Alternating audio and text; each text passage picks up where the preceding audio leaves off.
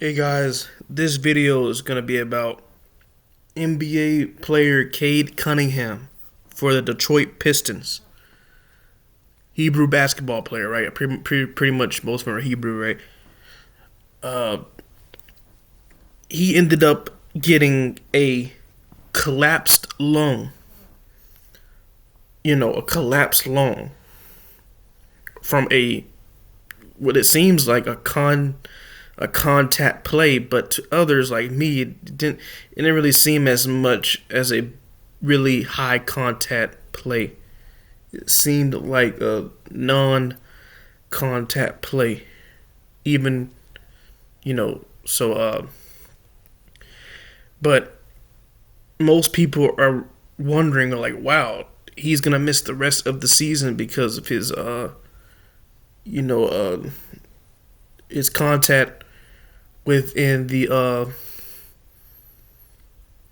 within his rib cage area, which causes the collapsed lung. Because the collapsed lung is when the airway gets between the chest wall and the lung, and it causes it to expand or shrink, and that's what happened. However, collapsed lungs are rare within professional athletes, and pretty much more common in football than basketball. You know, and the reason why this video is relevant and was it important is because I don't believe this act was that he had was mainly caused by the dude kneeing him in the rib cage, supposedly from the video, because there's been bigger hits in football that we've seen that can cause people to become paralyzed and you know what you call it, broken rib, stuff like that. In other words, this was a weak hit. It was probably already exasperated, and then the little contact spot just popped it open, right? So, and lung collapses in the NBA have only happened like only 5 times because it's rare. And the reason why I'm posting this is because I believe this is caused by a parasite, right? A lot of these athletes are considered so-called healthy, but a lot of them, you know, um, get sick, get really sick, ill, and sometimes lose their careers because they are still, unhealthy. Just because you have muscles and you're lean and tall doesn't mean that you don't have parasites. And a lot of them eat unclean. The unclean foods like pork, chicken, you know, you know, shrimp, lobster. I mean, all that. I mean, pretty much anything that's coming from an animal is really unclean today. But yes, there are clean animals like the sparrow, the finch, the birds that don't hop. What we learned from Lex Will, but like you know, pretty much, uh, you know, animal food. High amounts of that you can retract parasites. So we're gonna listen to this doctor. Well, we're gonna introduce, you know, why I'm doing Cade Cunningham for a specific reason. Because Cade Cunningham, he is a vegan and he promotes his plant-based diet, right? And remember, the Most High, he gave us fruit and herbs to eat. The man, right? Genesis 2:7, Genesis 1:28 or 1:29, I believe. I'm gonna read this quickly so we get to the video. Detroit Pistons guard Cade Cunningham team up with Impossible Foods, and this was back in 2025. Okay, yeah. Detroit Pistons guard Cade Cunningham teaming up with Possible Foods at the Detroit Marathon on Sunday as part of the marathon's after party. Cunningham met with fans and passed out samples of plant-based sliders, and nuggets. Impossible Food creates plant-based substitutes for animal products such as meat. Cunningham made his debut at the Detroit Marathon during the event, which highlights how the former number one pick has developed into an all NBA player. He adopted a plant-based diet going into his senior year at Montverde Academy after witnessing his brother Cannon Cunningham give the lifestyle a try. It has always been about finding what is best for my body and what would make me the best basketball player. Plant-based has always been that for me, and it has been that way for a long time. Cunningham told the Detroit News, "It has been good to me. I feel good. I played well with it and plan to continue. Keep going." Right? Cunningham has built a successful career following a plant-based diet, which he describes as a feeding for fuel and not for taste. He has managed to obtain all the necessary carbohydrates for energy, protein, and muscle building at a professional level through his work alongside the Pistons nutrition team. All right, we're going to go to etymology right quick. We already know the verse, man eats fruit, shall be meat, right? So we put meat, food, nourishment, substance, right? I wish I was on eSword right now, but I'm not. So we're going to put food, right? Food, nourishment, fuel. See? Food, nourishment, fuel. We might as well pull the verse up, right? Bible verse about fruit shall be meat. Right? Behold, I have given you every herb bearing seed which is upon the face of all the earth, and every tree is which is the fruit of a tree yielding seed. To you it shall be for meat. Right? And we go to etymology, food, and fuel. And what the NBA player Cade Cunningham said? He said, Cunningham has built a successful career following a plant-based diet, which he describes as eating for fuel and not for taste. Because what is food supposed to be? Fuel. And that's what fruit and herbs were. Shall be for meat. Right? So that's what he felt like. Because eating animal flesh, right? You're just eating it because it tastes good. And pretty much most of that flesh doesn't even taste good if you don't put an herb on it. Salt, sea salt, herb, black pepper, spices. Doesn't really taste the best if you don't add some type of plant herbaceous seasoning. So, but okay. So, but the reason this is so important because he's a vegan, and black people, or Hebrews, Afro people, need to get on a plant-based diet, including myself. But, people try to debunk and say we need to eat red meat and stuff like that better, and that needs to stop. But because he's got a collapsed lung, this is going to cause, people to think the vegan diet is bad. So, but remember, because, the soil is cursed, explained in the book of Genesis between Cain and Abel, Adam, right?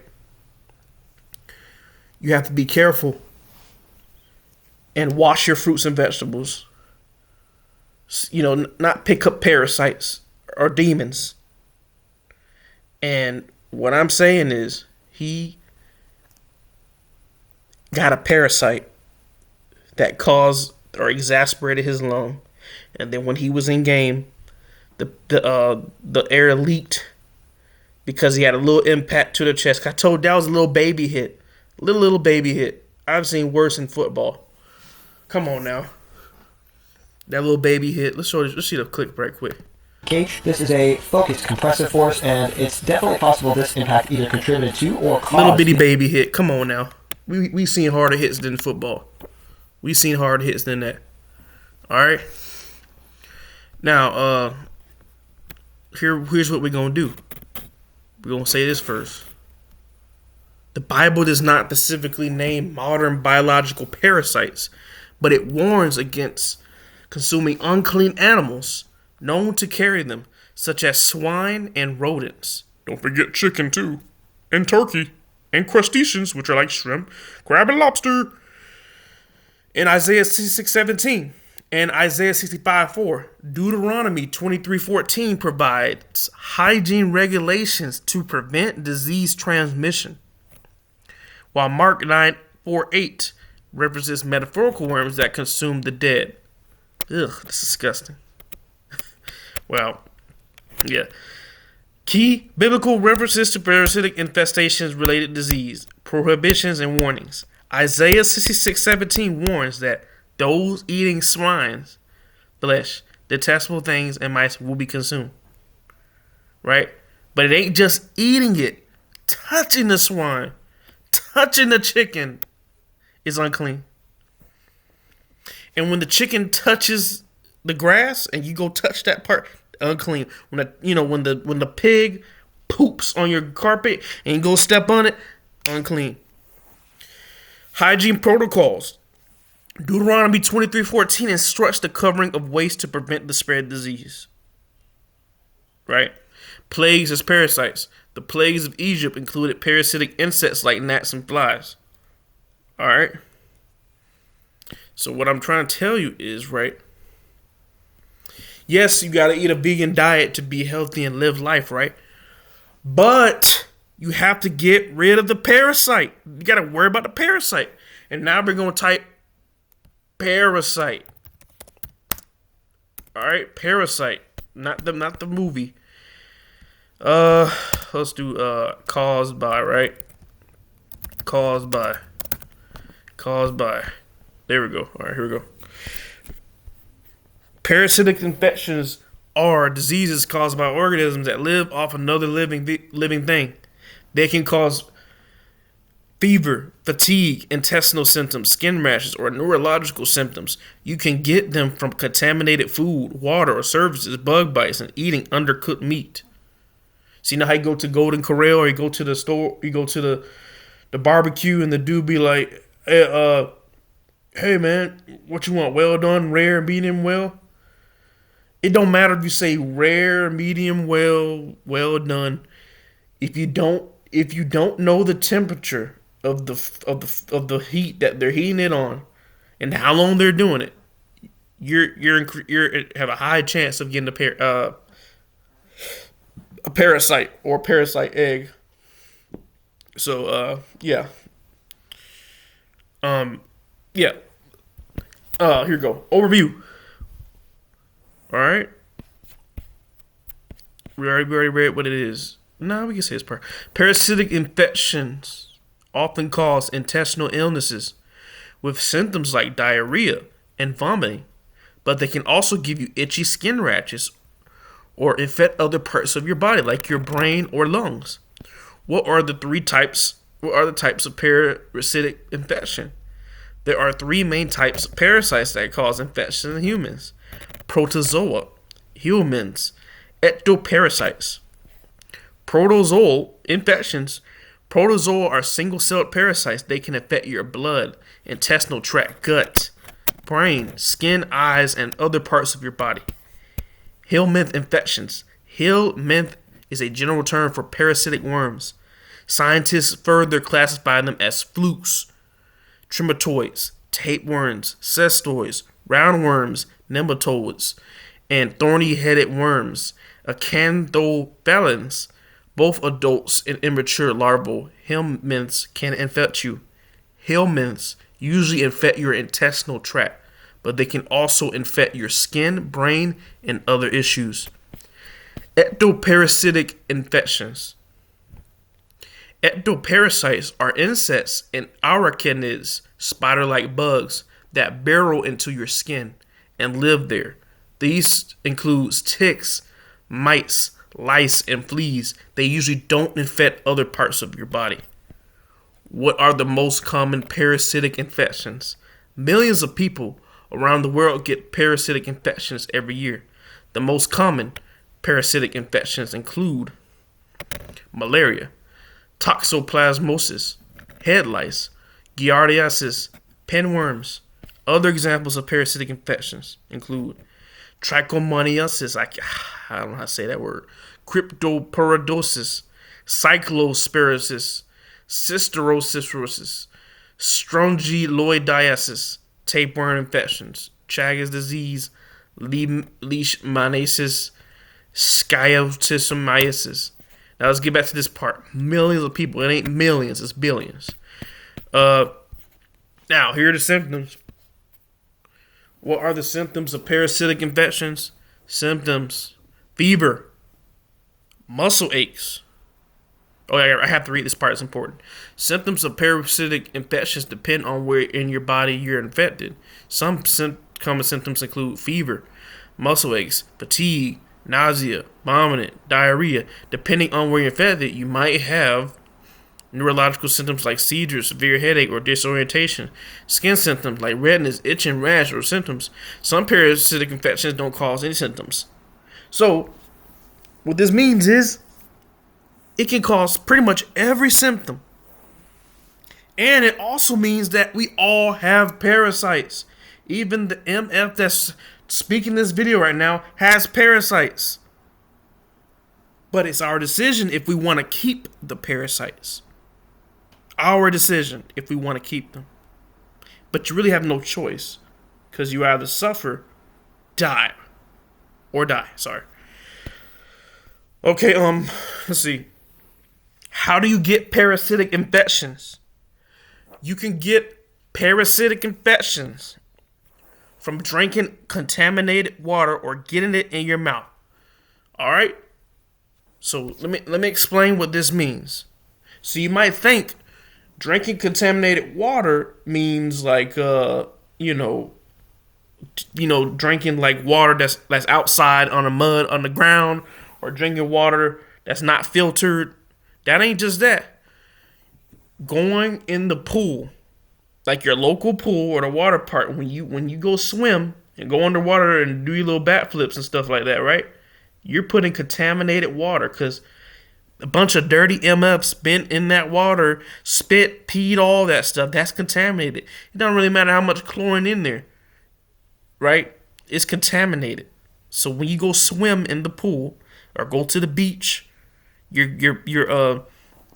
getting parasites. When you and your homeboy doing waterfalls, what I mean by that is this thing called waterfall, where when someone's thirsty, they'll ask, "Hey man, can I get a waterfall?" Basically, you give them your water bottle, and they put the bottle in a position where they're pouring it in the air, so their mouth won't touch the bottle. But when you're doing that,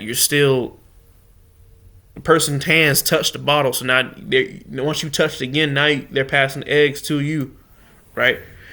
Because you can't see eggs. You can only see the worms, but you can't see parasite eggs.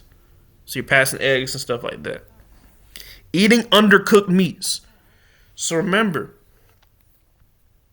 a lot of people say, if you cook it at high temperature, it's gonna kill the parasites. Well, here's the thing.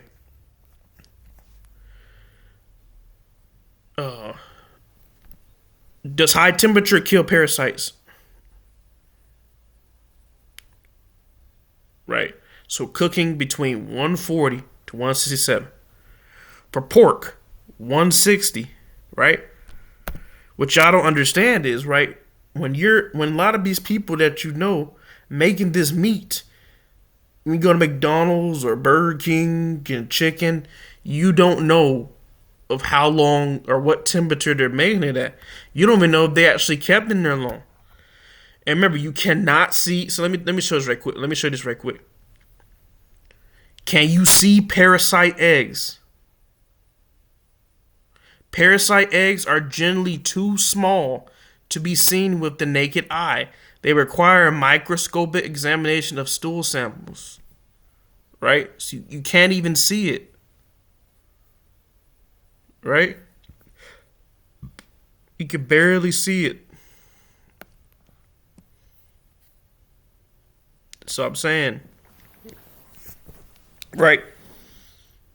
So it says it kills most, but you're not there when they're behind the kitchen cooking this food. You're not there when you're seeing it. You're not seeing them doing the thermometer thing. I'm pretty sure a lot of us have cooked meats and chickens and then use a thermometer to see if you're cooking between this temperature. Right? So what I'm saying is most of y'all have eat undercooked meat. So yes, you get parasites from that. Right? Eating contaminated foods like food washed with contaminated water. Right? I would say if you have dirty water, then yeah, don't wash with dirty water. Mosquito bites, ticks bites, fly bites, or other bites from insects that carry parasites. So a lot of us, we love walking outside natural, with our shirts off and our legs exposed. We like being in the woods and nature, blah blah blah, right? Blah blah blah blah. But what you have to understand is there's mosquitoes, GMO mosquitoes everywhere, carrying a bunch of nasty parasites, right? And even these flies. When the fly get on your food, some people are like, oh, I'm from the country, I'm good. No, no, no. That fly might have put some eggs on your food. Don't eat it. Don't eat it. So, get bit by a mosquito, you might be cooked. If fly get on your fruit or your salad, throw it away or you're cooked, right? So yeah, you can't just walk with your shirt off. You gotta put some clothes on or you're gonna get bit up, right? Contaminated surfaces, that's obvious one. Motherfucker, don't just touch everywhere you go. Wash your goddamn hands. Put some goddamn hand sanitizer on. Don't just touch everything you're at. Because there's eggs everywhere, man. Unprotected sex. Remember, spring break, right? We all heard about spring break. Houston, right? I didn't go because I had, don't care. I'd rather stay in the house. And, but a lot of people, a lot of Negroes went to Houston and did their little thing. And we ended up finding out 42,000 cases of HIV.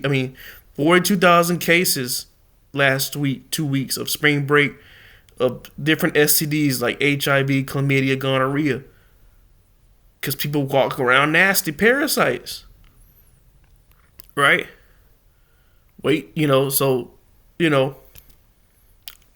Don't see. People will say strap up. I say wait till you get married. Get fucking married. Or just find a woman and just be with her. Alright? You don't gotta strap up. Just find someone you can trust and pursue them. Alright? Contaminated dirt. We all heard of Nature Boy and all these young pharaoh, right? They like to talk about go to the dirt. Go to the dirt. Go outside. And you can't just go outside and sit in the dirt. A lot of these African tribes, they be in the dirt with their feet on the dirt.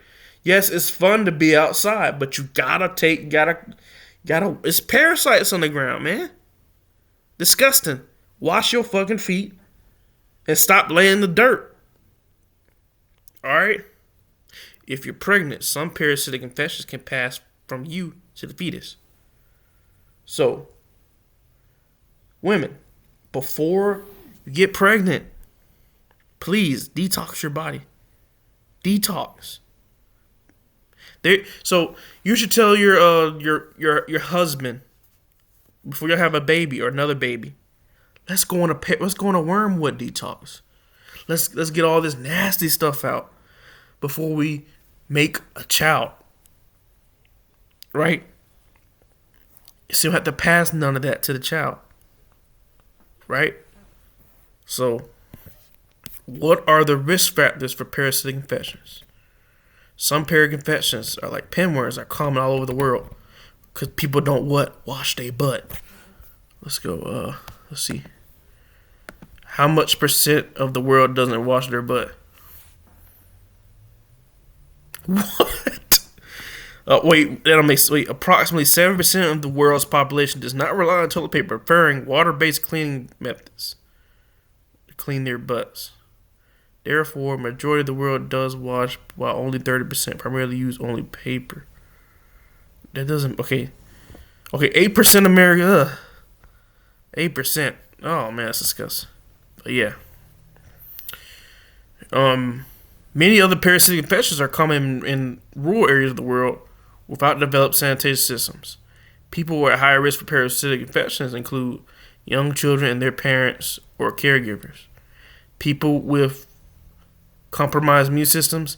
This includes people with HIV, AIDS, cancers, or those on immunosuppressive medications. I'm going to be real with you, right? I'm going to be real. If you live in a nation or country where it does not live to 120, like Moses, right? Let's see, how old did Moses live? 120. Got it. If you live in a country where the life expectancy is not 100 to 120, this might not make sense, but it does, right?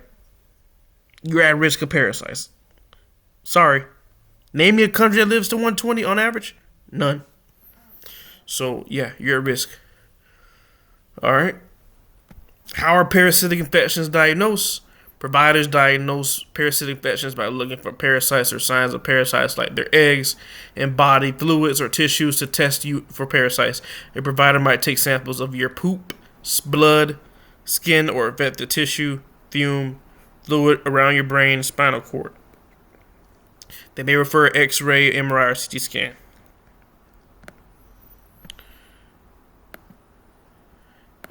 Can parasites hide in tissue in the body? Yes, many parasites can hide and live within the body tissues for extended periods. Right? They can inhibit muscles like the liver, lungs, brain, skin, and lymphatic vessels. And can have eggs. So what I'm saying is, a little bitty test ain't gonna be enough. If you have the symptoms, any symptom you have, that parasite is in you. Right? How do you know if you have a parasitic infection? Symptoms of parasitic infections can be similar to those of other infectious diseases. The only way to know if you have a parasitic infection is to have a provider evaluate you. So, read this again. Symptoms of parasitic infections can be similar to many other infections. So that means that any symptom can be a parasitic infection. Alright, how are parasitic infections treated? Providers use different medications to treat various types of parasitic infections, include antiparasitics, antibiotics, antifungals. Sometimes you might need a combination of different medications to cure the infection. Your provider will select a treatment that's best for the specific type of parasitic infection you have. So what they're not telling you is, right, because this, you're going to have to pay a lot of money for this. And they said, and they know what cures it. Why would they mention the word cure? Because they know what really cures it. But you're going to have to pay a lot of money for these things and get certain things passed. Because the doctor, they want you to fight the symptoms, not the parasite. You go tell any doctor about a parasite. If you don't got a parasite in your brain or, your stool tests, they're not gonna give you no prescription. So, we're gonna get to that other part later because you can use herbs to cure it. How do you get rid of it? How do you get rid of parasites in your body? Most parasites will only go away with medication or a combination of medications. Providers treat some skin infections, lice, and mites with medicated lotions or shampoos. Right. We don't gotta really read this part.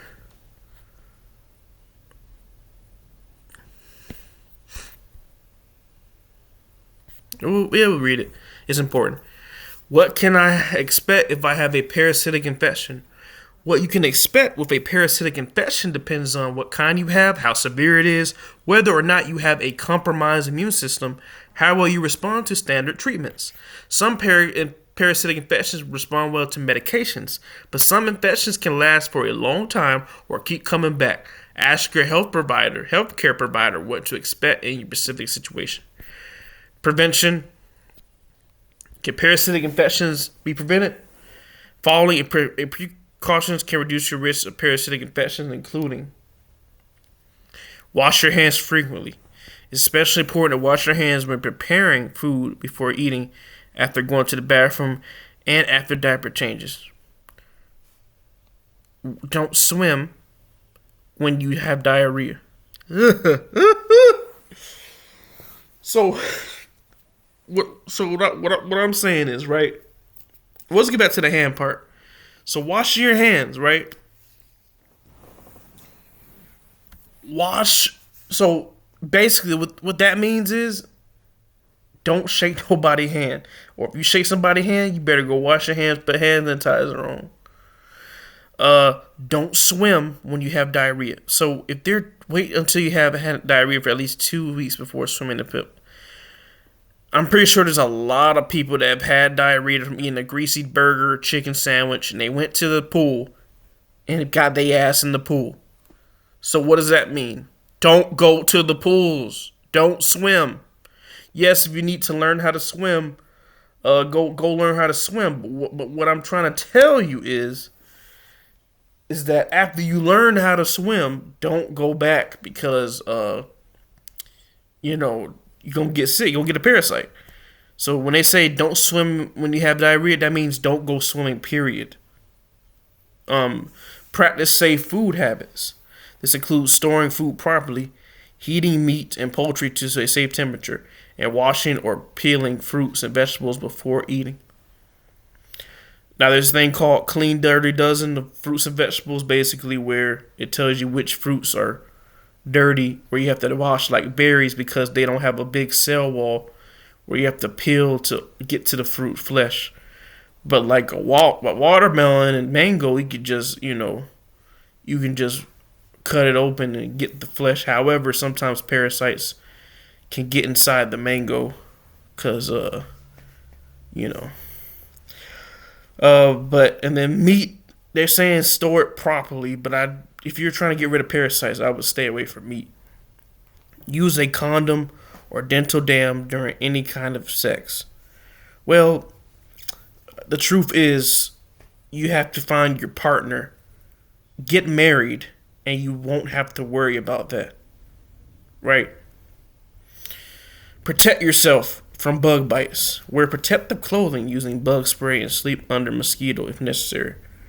So don't just go walk outside with your shirt off when you're in an area where it's pretty much infestations of bugs flying around.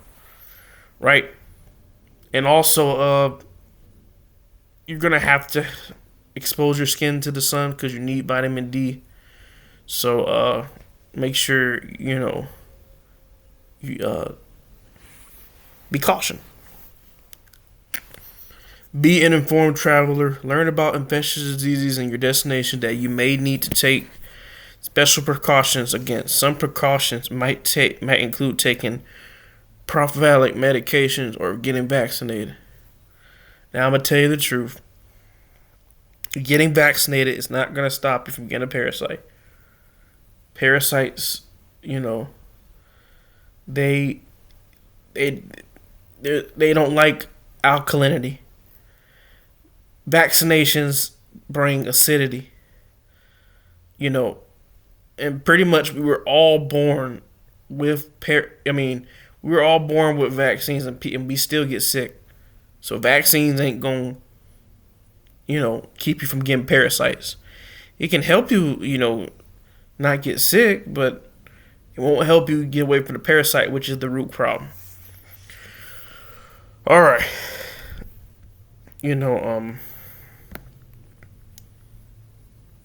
That's all we're going to read for now. So now we're going to get back to Cade Cunningham. Let's go. Lapsed lung, potentially something that occurred on this recent play against Washington. Oh yeah, we gotta do fair use, cause, bruh, like, come on now, these people are money hungry. Fair use. Let's do it.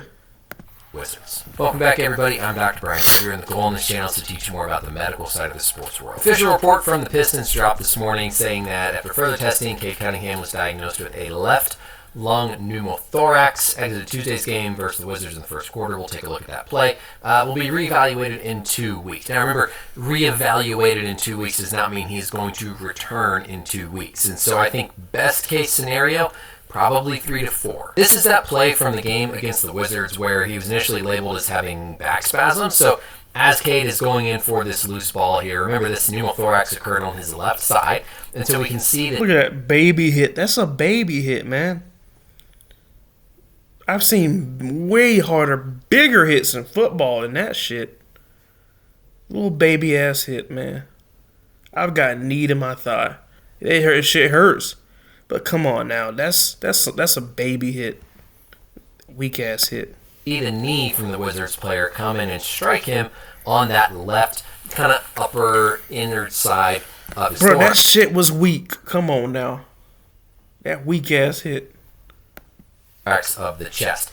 There are 2 possibilities. Either this caused the pneumothorax, this caused the collapsed lung, or something that might have been done as a means of trying to treat the injury here could have led to the collapsed lung. I think the former is much more likely. I want you to pay attention here too as Cade is walking around here. See how he kind of like shrugs that left shoulder a little bit? Like he's clearly in a little bit of discomfort. That doesn't seem to be just the back. I've had multiple collapsed lungs, and it's not uncommon at all for it to cause more like shoulder discomfort. And so I do think it's interesting that here as he was walking around, we see him kind of adjust that shoulder a little bit.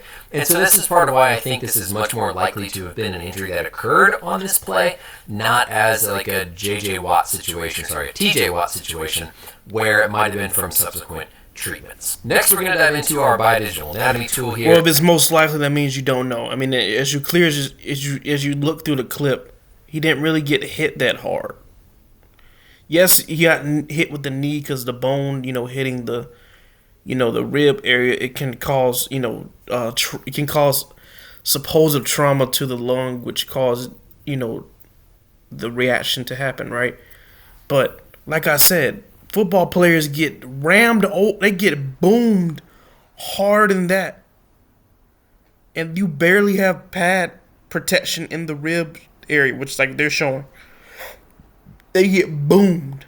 And you trying to tell me that little baby hit caused him to his laps just shrink into a ball? Come on now. Let's get to this part. Here explain what exactly happens with the pneumothorax, how it's treated, what to think about for Cade long term. But first, I want to give a quick shout out to the sponsor of this video. Today's video is sponsored by Momentous. Before I found Momentous in their creatine chews, my biggest problem with creatine supplementation was just maintaining consistent creatine.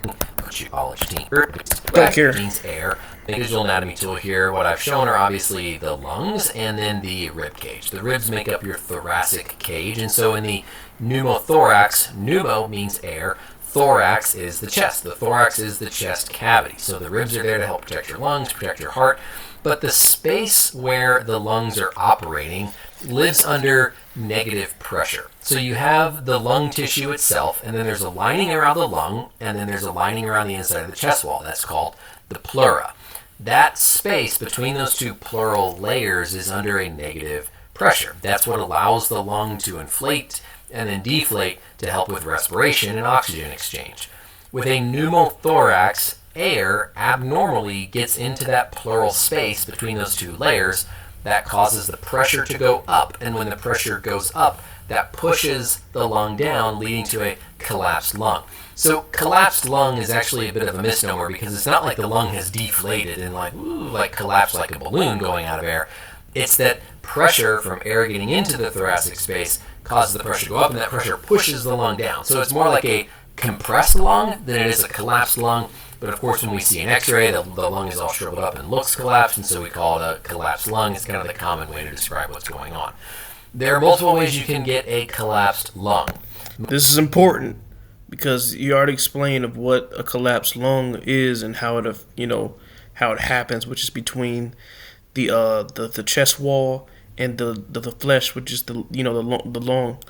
And if you basically there's like air pressure where if it does a negative effect, it can cause the leakage. And now it's about to explain multiple ways that can happen.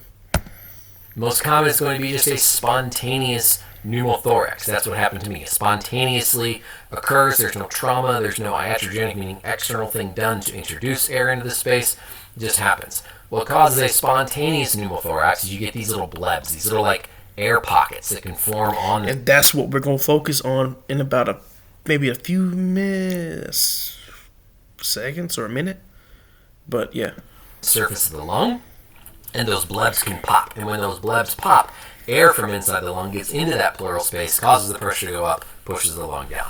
The other way that it can happen is from something like a trauma, like a rib injury. Any sort of trauma external can push through, can cause disruption of that pleural space, injury to the lung potentially, and that can be a reason for air to go from the lung. That little baby hit, right? Ain't no way you got trauma for that. If you get hit that hard and your lung go out like that, you don't need to be playing no goddamn basketball. I'm sorry. You don't need to play sports, period. And why is LeBron? Why is all these other athletes? Why are they not getting put in the hospital? And they get hit hard all the time. Football players get rammed to the ground, and they don't never get this. Something ain't fishy. Let's keep going. Into the pleural space, making the pressure go up, causing the lung to get compressed or collapsed downward.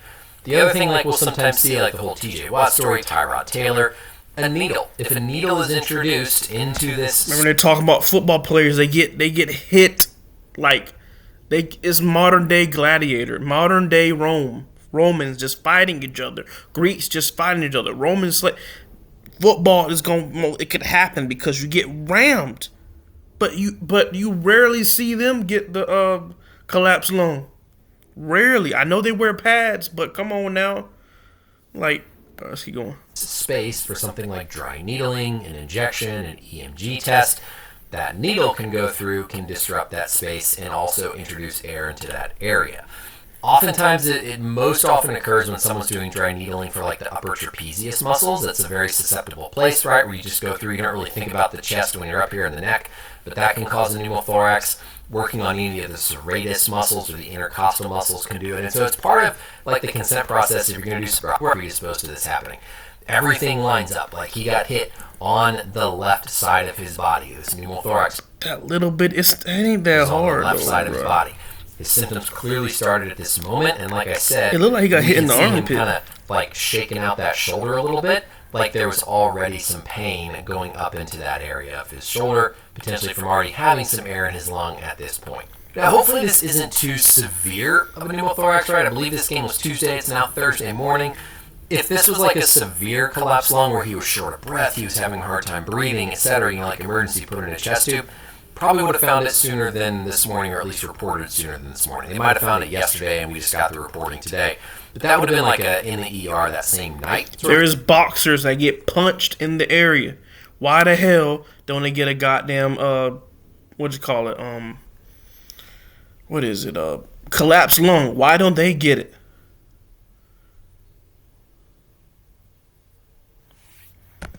Sort of situation. So hopefully that means this is a smaller percentage of the lung that's collapsed. When we grade and talk about severity of these injuries, we will use it as a percentage of the lung that's collapsed. So they don't know.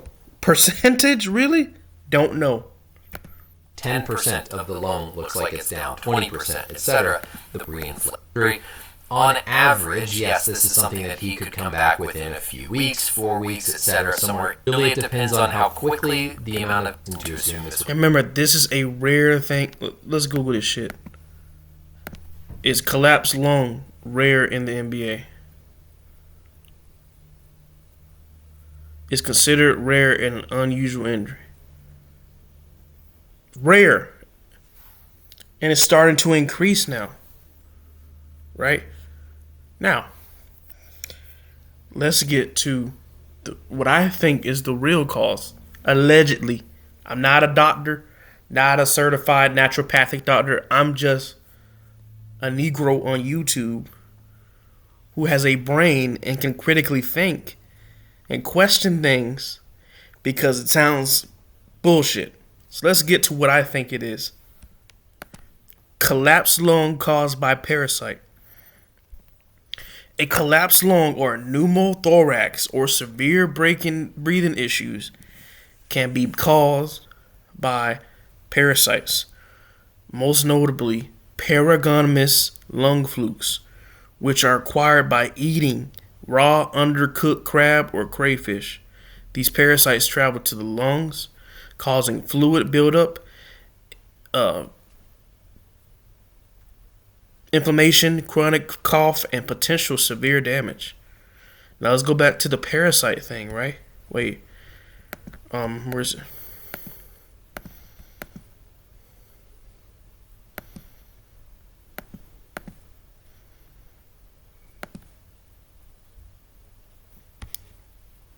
Um,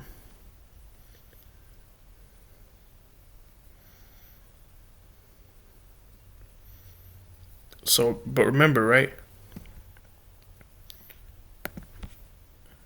Let's go to this one.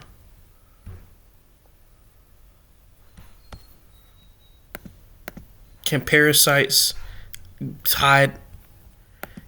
Can parasites hide in tissues in the body? Right? We already know uh certain larvae. What is it? Where is it? Oh, it's not saying it. Okay.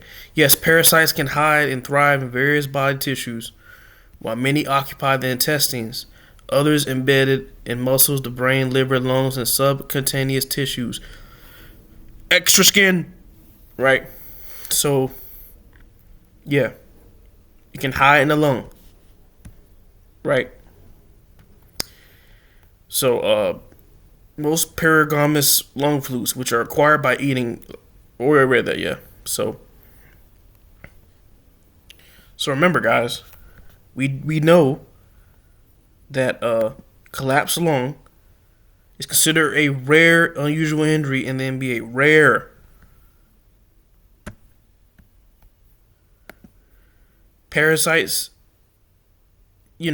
Can be caused, right, by Paragonymous lufux, right?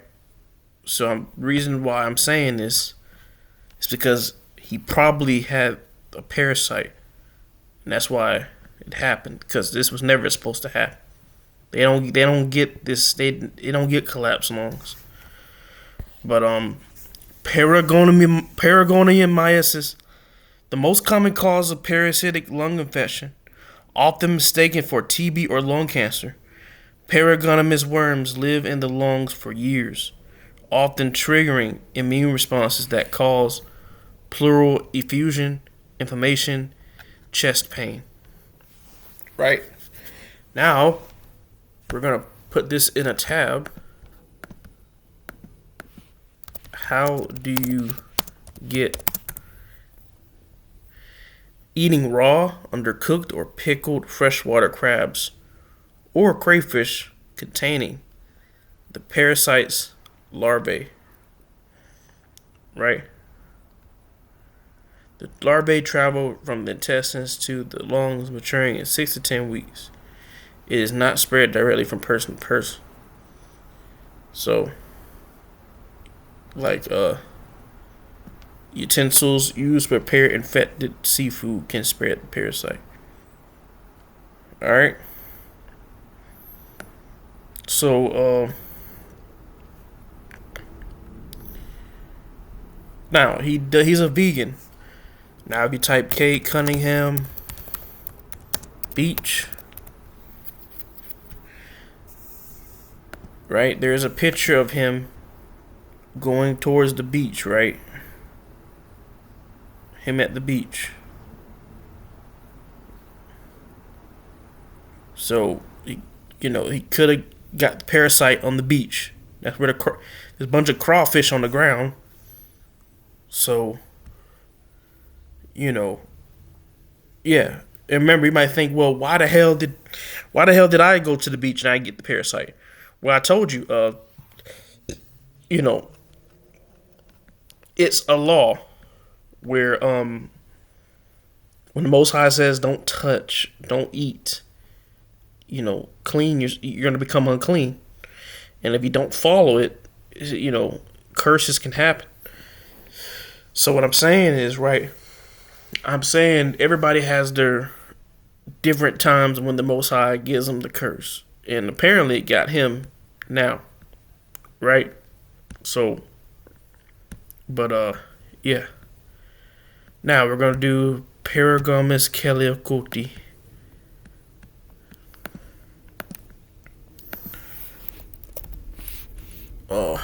What parasite cause? Ooh, no. I meant to type not parasite. What cause? It's caused by ingesting raw or undercooked freshwater crayfish harboring the parasite's larval stage. Primarily occurring in Midwestern U.S., this infection leads to respiratory illness. Right. So Midwestern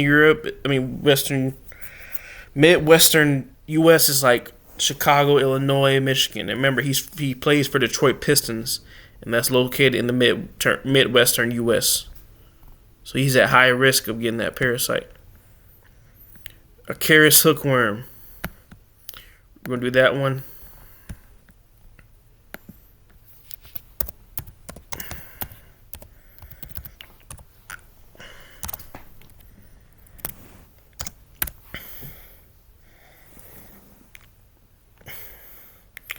Acarus and hookworm are soil-transmitted helminth infections caused by parasitic worms whose eggs are passed through human feces. Ascariasis is caused by Acarus lumbricoides via ingestion of contaminated food/soil. Right? Ingesting food, water, or soil contaminated with Acarus eggs. Remember, you can't see this, often due to poor sanitation. Right? Next, pulmonary. It's the last one. Ew, what is that? What the hell is that? Alright, what causes by the dog? Pulmonary diarrhea is a rare zoonotic infection caused by the parasitic dog heartworm. Transmitted to humans by mosquito bites. So, Cade, Cunningham, dog, and he has a dog.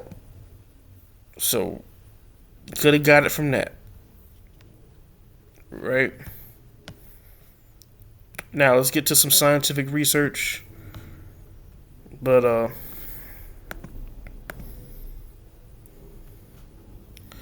case of spontaneous pneumothorax due to paragomomyiasis in North America with a literature review. This will be on part 2, but yes, I believe, his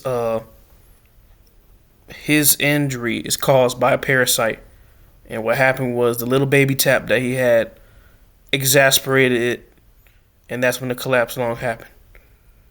Because what happens is when you have little small plebs on your lung tissue, once you get more trauma to the area, the pressure between the chest wall and the lung can hit those plebs on the lung that's already there and cause it to expand, and then boom, you got the collapsed lung. So we're going to get to that next one.